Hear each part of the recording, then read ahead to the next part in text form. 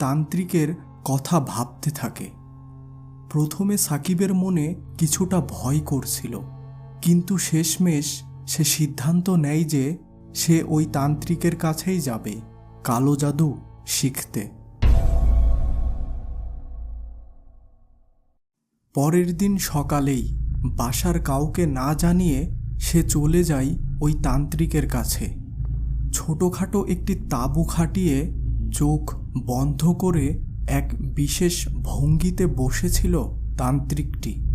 সামনে কিছু অর্ধপোড়া কাঠ পড়ে আছে, যেখান থেকে কেবল ধোঁয়া বের হচ্ছে।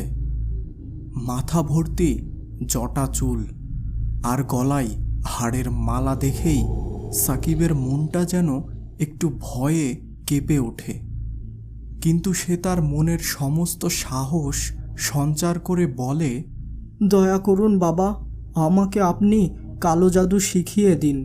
এর বিনিময়ে আপনি যা চাইবেন তাই আমি দেব। তান্ত্রিক তার চোখ বন্ধ করা অবস্থায় উত্তর দেয়, মুসলমানের বাচ্চা হয়ে তুই কালো জাদু শিখতে চাস? আর তোর বয়সও খুব কম, তোকে দিয়ে হবে না এই সব। চলে যা এখান থেকে। না, আমি যাব না।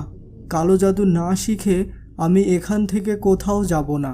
আপনি খালি বলুন এর বিনিময়ে আমাকে কি করতে হবে। তান্ত্রিকের চোখ খুলে গেল। কি যেন চিন্তা করে বলল, ঠিক আছে, 2 দিন পর অমাবস্যা। ওই রাতে ধুতি পরে ঠিক 12টার দিকে শ্মশানে যেয়ে মাটি খুঁড়ে একটি মাথার খুলি নিয়ে আসবি, আর ওইখানে একটি বাঁশ পুঁতে আসবি চিহ্ন হিসাবে। পরে কাজে আসবে। আর সাথে 7টি মোমবাতি এবং 1 বাটি রক্ত নিয়ে আমার সাথে রাতে দেখা করবি। সব শিখিয়ে দেব। ঠিক আছে বাবা, আমি আপনার কথা মতো সব কাজ করব। তবে একটি কথা মাথায় রাখবি, শ্মশান থেকে মাথার খুলি আনার সময় ভুলেও পেছনে তাকাবি না। তাকালেই তুই শেষ। ঠিক 2 দিন পর সাকিব দিনের বেলায় পাড়ার দোকান থেকে 7টি মোমবাতি কিনে আনলো। কিন্তু সমস্যা হলো 1 বাটি রক্ত জোগাড় করতে।